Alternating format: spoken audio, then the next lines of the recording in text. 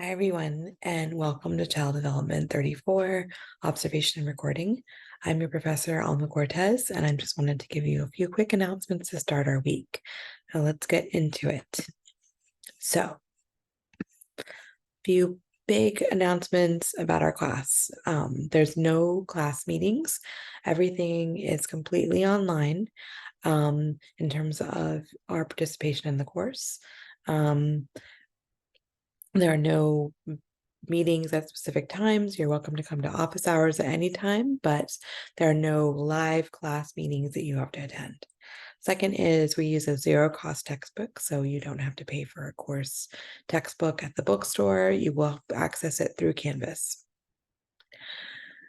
So this is not your typical child development class. I'd like you to have at least one child development class that you've taken prior to this class so that you have a very good foundation for the course contents because it's going to go really quickly, really fast, and there's going to be a lot of details to keep up with. So I want to make sure that everyone is prepared. Also, you are required to observe children in a classroom setting.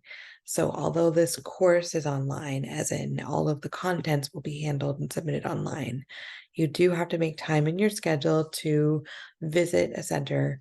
You might have to do it 6 times, you might have to do it 7 times, a minimum of 5 visits.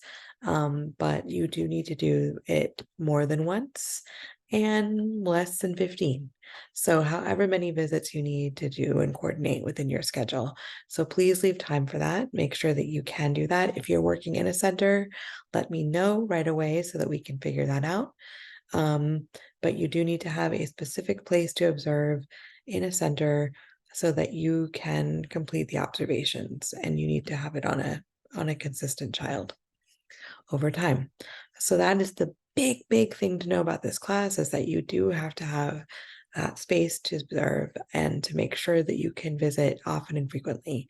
You may not need to go every week. Some weeks you might need to go more, some weeks less. Just make sure you make time for that. And again, if you're already working in childcare, make sure that you communicate that with me so that we can work out your schedule and how you can do observations. So that's pretty much it in terms of the big announcements about this class. And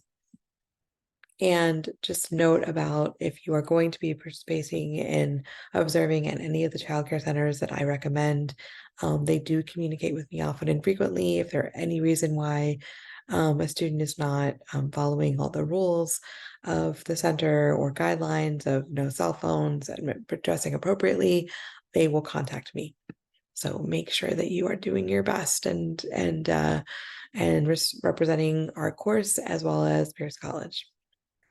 Okay, so basically this week we're talking about observation and why it's a really important tool. So your first post, you're going to be talking about describing words versus deciding words. You're going to be looking at the different vocabulary of emotions, and think about children in a way of describing them not as annoying or lazy or even pretty and beautiful, and to think about them in different ways that really describe what they're doing. I was like, I noticed today that John was reading a book for more than 10 minutes. If you notice, I didn't say he was reading it so academically, or he was reading it quickly, or he was reading it wonderfully. He was reading it for more than 10 minutes. So talk about what you saw. Try not to judge or infer or decide that a child is pretty, lazy, beautiful. We might think those things, but we want to really get to the heart of what are they doing, why are they doing it, and how can I interpret that so that I can add more to their classroom experience. And that's pretty much the basic of this class, right? And so just think about those non-judgmental words and phrases, concepts that help you around this, right? Okay, so essentially, you have 2 assignments this week. One of them is to think about that describing versus deciding, as well as to introduce yourself. The other is to look over the syllabus, read through it, and then answer the questions that are designed. When are the due dates? What's the policy on writing your own work?